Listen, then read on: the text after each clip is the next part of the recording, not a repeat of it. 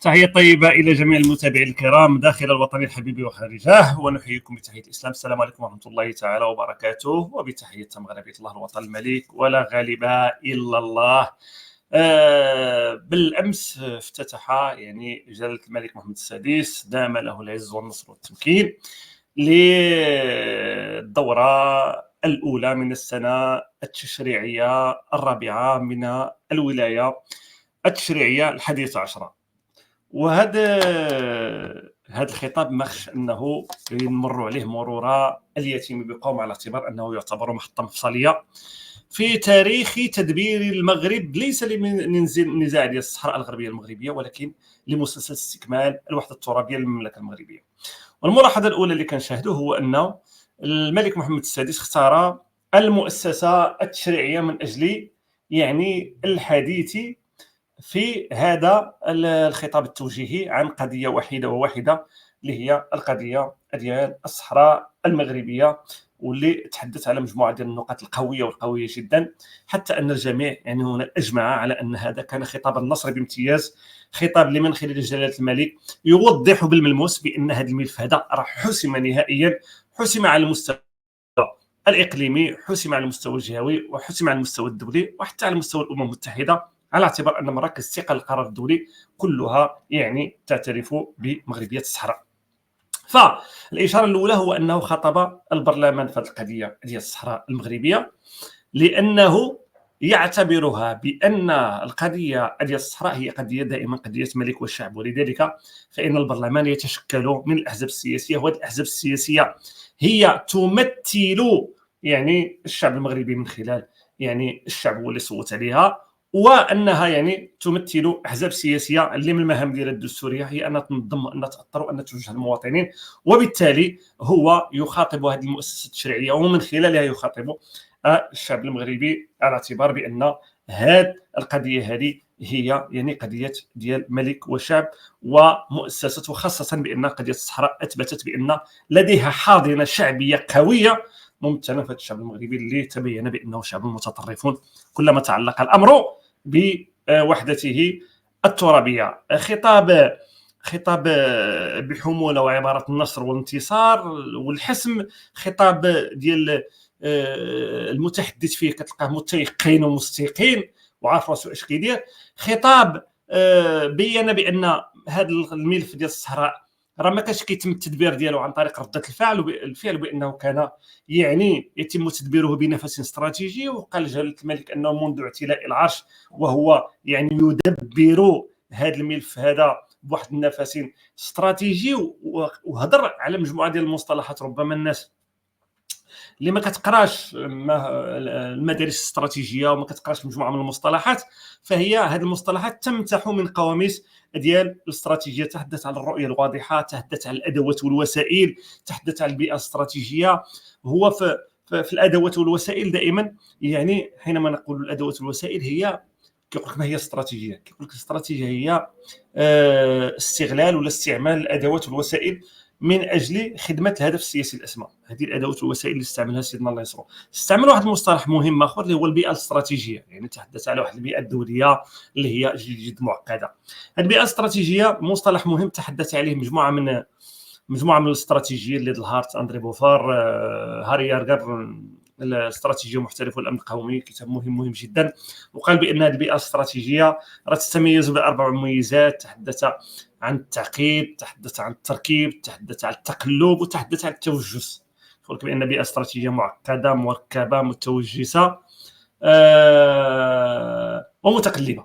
اربعه ديال المميزات تحدث عليها جلاله الملك، وبالتالي كيبان بان هذا الاستعمال ديال هذه المصطلحات الاستراتيجيه بان المملكه المغربيه كانت كتعرف اش كتقول، ماشي بحال بعض الذين كانوا يخبطون خبط عشواء، وبالتالي كانت كتعرف انك كتجري داك لو بوزل، وكيفاش انك تجري داك الرقعه ديال الشطرنج كانت كتجريها مزيان.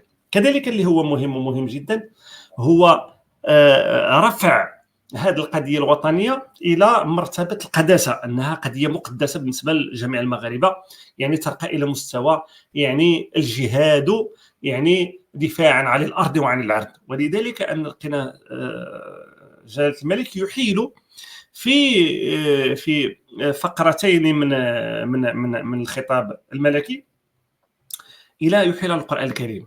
الإحالة الأولى كانت وقل جاء الحق وزهق الباطل إن الباطل كان زهوقا، واعتبر بأن هذه النتائج اللي وصلنا لها هي إحقاقا للحق، وبأن الحق يعلو ولا يعلى عليه، وبأن هذه ليس هو فقط انتصار للمغرب، وليس فقط انتصارا للأداة الدبلوماسية المغربية، وليس فقط انتصارا لأطروحة ما، ولكن هو انتصار للحق، لأن كنا دائما ندعي بأننا ندافع على الحق ديالنا التاريخي، على الحق ديالنا القانوني، على الامتداد الترابي ديال المملكه المغربيه. واحال في نهايه الخطاب على ان التمسك بالحق والتمسك بالعداله هذه القضيه هذه هي المعيار ديال ان الانتصار في هذه القضيه هذه. واحال على الايه الكريمه التي تقول بسم الله الرحمن الرحيم يا ايها الذين امنوا ان تنصروا الله ينصركم ويثبت اقدامكم. وبالتالي الانتصار والثبات ديال الاقدام مرتبط بالايمان بالله سبحانه وتعالى، بان هذا الحل هذا ما يمكن له يكون الا بتوفيق وسداد من الله سبحانه وتعالى. وبالتالي الاليات هي الاليات الدبلوماسيه، الاليات المؤسسه الملكيه، المجتمعات المؤسسات السياسيه، مجتمعات المجتمع المدني، وكذلك جميع القوى الحيه لبلادنا. نقطه مهمه ومهمه جدا، وتعتبر يعني نقطة مفصلية في الخطابات الملكية، هو أنه تجاوزنا ذاك المنطق ديال اليد الممدودة، والحمد لله. هذا في فهمي الخاص، هذا ماشي زعما فهم ديال انا اشرح زعما الحيثيات ديال الخطاب الملكي وكانني مطلع على خبير الامور. هذا ما استنبطته انا، داكشي اللي فهمته من الخطاب الملكي، ان سيدنا قال بان هذا القوم هذا راه مسخط، هادو ما معاهم لا سياسه اليد الممدوده، ما معاهم لا تبني معاهم، ما دير معاهم والو. وهنا انا كنتذكر كان واحد المسؤول سياسي سامي كنت تلاقيته واحد الوقيته، دابا راه متفرغ، وقال لي كنت تلاقيت مع محمد حربي معروف انه كان من الرموز ديال جبهه التحرير الوطني، والف مجموعه من الكتب على حرب التحرير الجزائريه او ما يسمى بحرب التحرير الجزائريه، والسيد اللي هو معقول وتري اوبجيكتيف، واحلت عليه على مجموعه من اللايفات. قال لك تلاقيته كنعرض علينا شي واحد كنعرض عليهم، قال لك غادي انا وياه في الطوموبيل، هو يقول لي محمد حربي قالوا ما تسنى والو ما الناس هذو ما يعطيكم والو.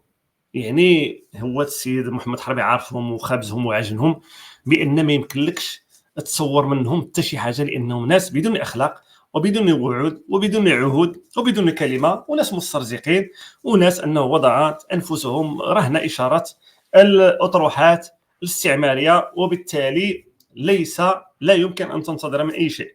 فلذلك الخطاب وصفهم ضمنيا الجزائر الدرجه الاولى، يعني راس الافعال، راس الشيطان هي الاولى، وباقي الخصوم الاخرين وصفهم اولا بخصوم الوحده الترابيه، ووصفهم بالاعداء، يعني قال مناوره الخصوم وموراها جا قال ومناوره الاعداء. اذا هو كنظن انه حط الامور في المكان ديالها، وعرف بان هادو راه ولاد الحرام، راه ما يصلحش معهم هادشي ديال السياسه اليد الممدوده والتقارب ونلتقي، وهادشي ديال المشكل ديال الحدود لست انت ولا من قبلك ولا انا مسؤولين عليها، وبالتالي هادو راه مجرمين لا علاقه لهم. لان باش دير مع واحد شي علاقه حتى اتفاق ولا خص ما يسمى بحسن النيه، حسن النوايا ما كايناش عند الناس هذه، لانهم مجرمين لا يؤمنون بحسن النوايا هذه. وبالتالي الخطاب كان واضحا، وصفهم بالخصوم ووصفهم بالاعداء، ماشي غير الاعداء، هادو تجاوزوا الاعداء ليه. فانا زعما الخطاب شفى لي الغليل ديالي، وانا لست من قيمه وقابه سيدنا الله ينصرو باش انني اتمن عاليه الخطاب الملكي. هذا ماشي قدي، انا صغير شويه، ولكن شفى لي الغليل ديالي، لانه فعلا يتلاقى مع التوجه ديال ديما ديال الهجوم ماشي الدفاع، ديال انه لا كونفرونطاسيون فرونطال معهم على المستوى السياسي، على المستوى الدبلوماسي، على المستوى الاعلامي، تبني استراتيجيه اعلاميه قويه للهجوم ديالهم والفضح ديالهم. وكنظن بفضل جميع المغاربه، بفضل جميع المؤثرين المغاربه وجميع الدكاتره المغاربه وجميع المغردين المغاربه، لا على تويتر لا على تيك توك لا على الفيسبوك لا على انستغرام، اثبتوا بان المواجهه الاعلاميه الهجوميه فضحت، يعني عورت هذا النظام العسكري الجزائري، وبانه فعلا انه ولا تحول من الهجوم، تحول الى الدفاع، ولا كيخرج في شنقريحه كيقول لك ندافعوا على هذه الهجمه هذه، خاصنا استراتيجيه اعلاميه الرد على هجمات ديال الخصوم اللي هو هنا، لا الرد على هاد الدكاتره المغاربه، لا الرد على هاد المؤثرين المغاربه، وبالتالي اختفى هؤلاء مول البهايم واللي معاه وهذاك مسخوط مراته وهذاك اللي جاي يركبو يدير، كلشي اختفى على الساحه، لم تعد لديهم ادنى استراتيجيه هجوميه، اصبح فقط يعني الرد فقط. وبالتالي انا عجبني الحال من وصفهم بالاعداء، هم اعداء بل واخبث الاعداء، والمناورات ديالهم التامر ديالهم تجاوز المؤامرات التي يقوم بها ابليس عليه وعليهم لعنة الله. هنا مني لخص الوضعيه وتحدث بان الامور حسمات، وهضر على الولايات المتحده الامريكيه لانها صاحبه القلم، وبالتالي الاعتراف ديالها حسم نهائيا هذه المساله ديال الصحراء الغربيه المغربيه، وبان ما يمكنش تكون صاحبه القلم وتمشي ضد التوجهات ديالها، وتحدث على فرنسا باعتبار عضو دائم مجلس الامن الدولي، وبان يستحيل تمر شي كيان، لان المرور ديال الكيان الى خرج من ديك اللجنه الرابعه خص الموافقه ديال 9 على 15، وخص من بينهم موافقه صريحه ل 5 ديال الدول دائمه العضويه في مجلس الامن الدولي. بالتالي مساله خطيره، لان لو غران جو كيدار على مستوى مجلس الامن الدولي. ثم تحدث على الاعتراف الفرنسي باعتراف فرنسا انها كتعرف الحيثيات والتاريخ ديال هذا الملف، واشار الى الاعتراف الاسباني او الدعم الاسباني بمقترح الحكم الذاتي باعتباره الحل الوحيد والاكثر فاعليه والاكثر مصداقيه والاكثر فاعليه والاكثر مصداقيه لحل هذا النزاع هذا.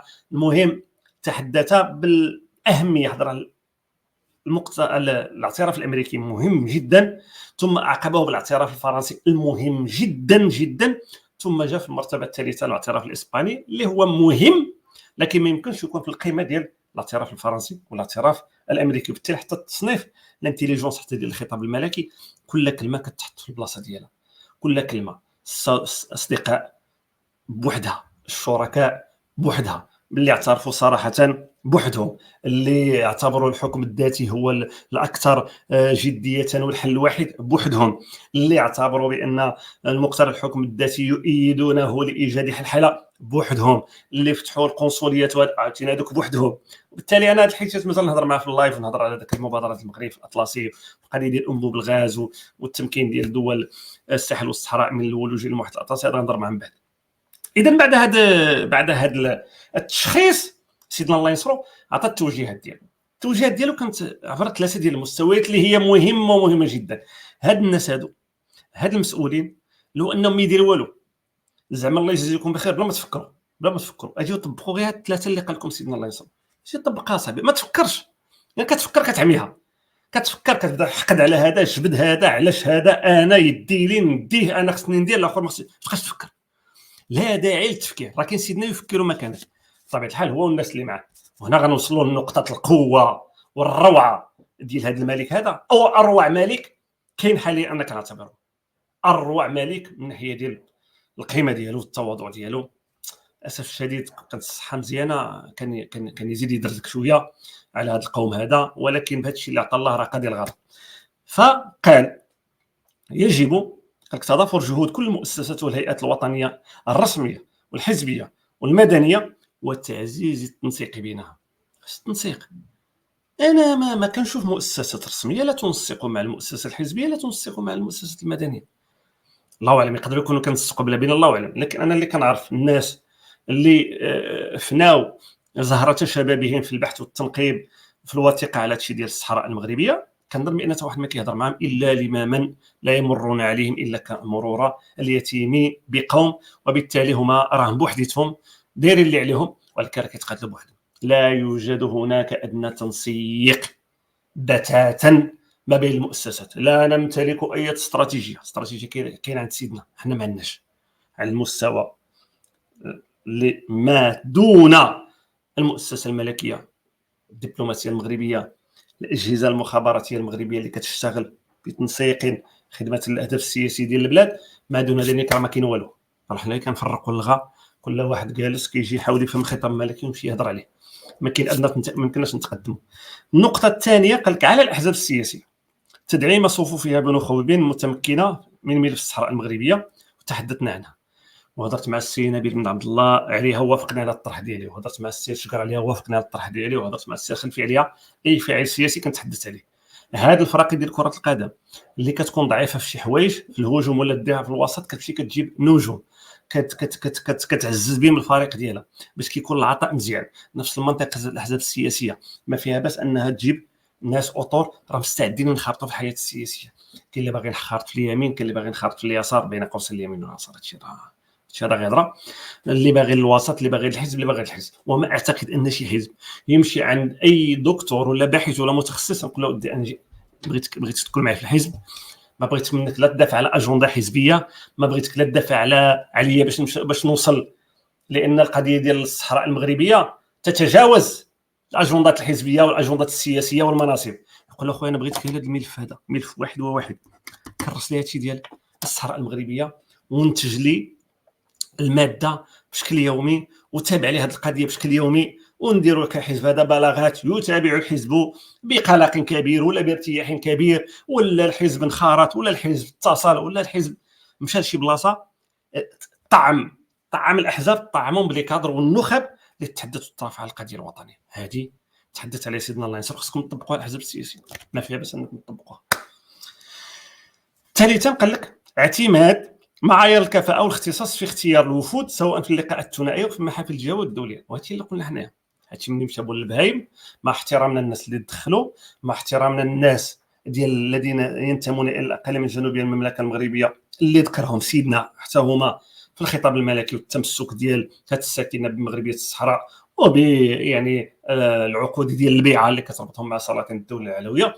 ولكن مثل هكذا تظاهرات ما فيها باس. راه ماشي انا ديما ما تقولش راه كيهضر على راسو، نقدر نمشي لشي بلاصه، انا مستعد نمشي غير لك غينيا واثيوبيا ومالي والنيجر، وسيروا نتوما سيروا نتوما الامريكان وسيروا جنيف، ما عندنا حتى مشكل. المهم خص يمشيو المتخصصين، يمشيو فين كان شي حاجه في جنيف يمشيو الدكاتره. راه عندنا اساتذه ديال التاريخ، عندنا اساتذه ديال التاريخ اللي تاهما مخبعات، راه عطا الله ما يقول، راه غير حنا عندنا الجبهه كنخرجوا، راه كاين احسن منا بزاف كيطيروا في المعطى التاريخي وكيطيروا في هذا الملف هذا راه ضابطينه. وانا كنعرف اساتذه ضابطين داك الشيء بواحد الشكل خطير وخطير جدا. يمشيو مع الوفود الحزبيه، يمشي مؤرخ، يمشي باحث في العلاقه الدوليه، يمشي باحث في العلوم السياسيه، يمشي باحث ولا استاذ في القانون الدستوري حتى هو يقرا شويه القانون الدستوري، لان هاد الناس ديال الانفصاليه ما عندهم علاقه بالقانون الدستوري، ما كيعرفوش. كل العناصر المؤسسه للدوله راه ما كيعرفهاش، تقول له العناصر الثلاثه وزيد عليه العناصر الجوج اللي مكمله، هذا الارض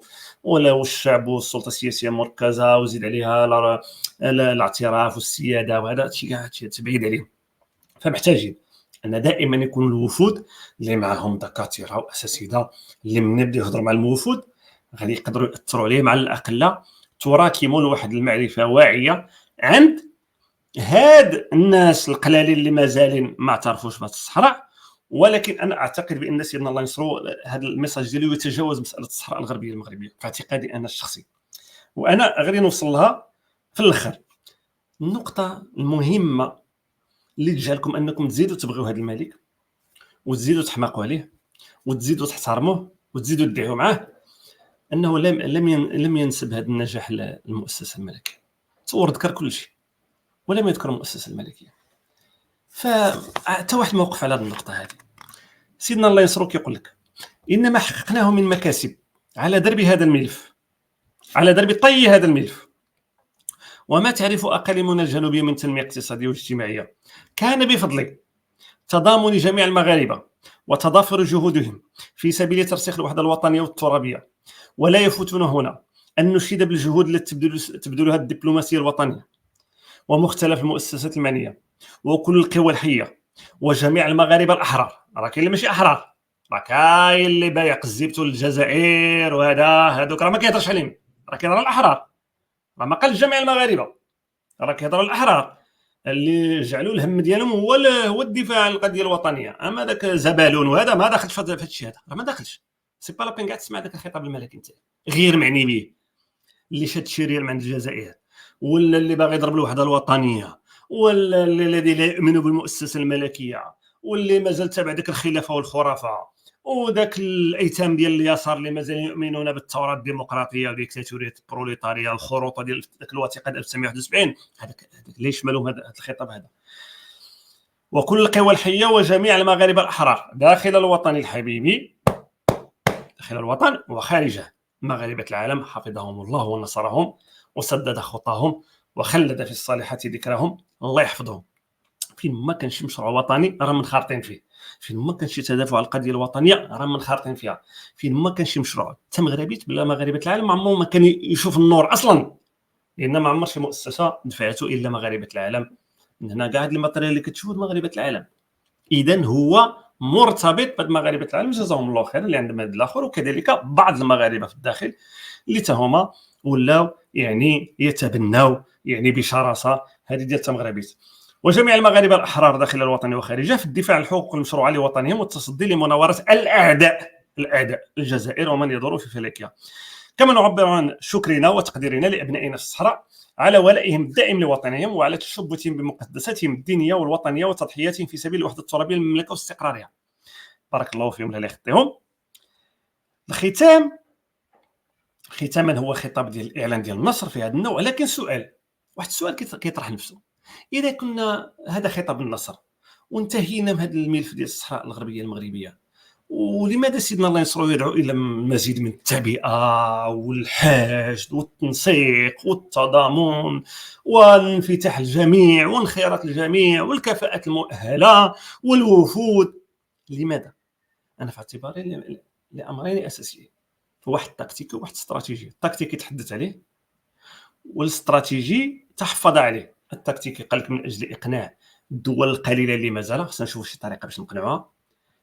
غادي يوقع المشكل ديال اللغه، خصنا نفكوا هذا المشكل هذا، لان غتلقاها في امريكا اللاتينيه، غتلقاها في افريقيا زعما داك الانغلوفون، داك الناطقه بالانجليزيه، هادشي اللي غتلقى. وهذاك الهبال داك تيمور الشرقيه وكوريا الشماليه هذوك ما كيهضر مع حد، دوك مساطيل.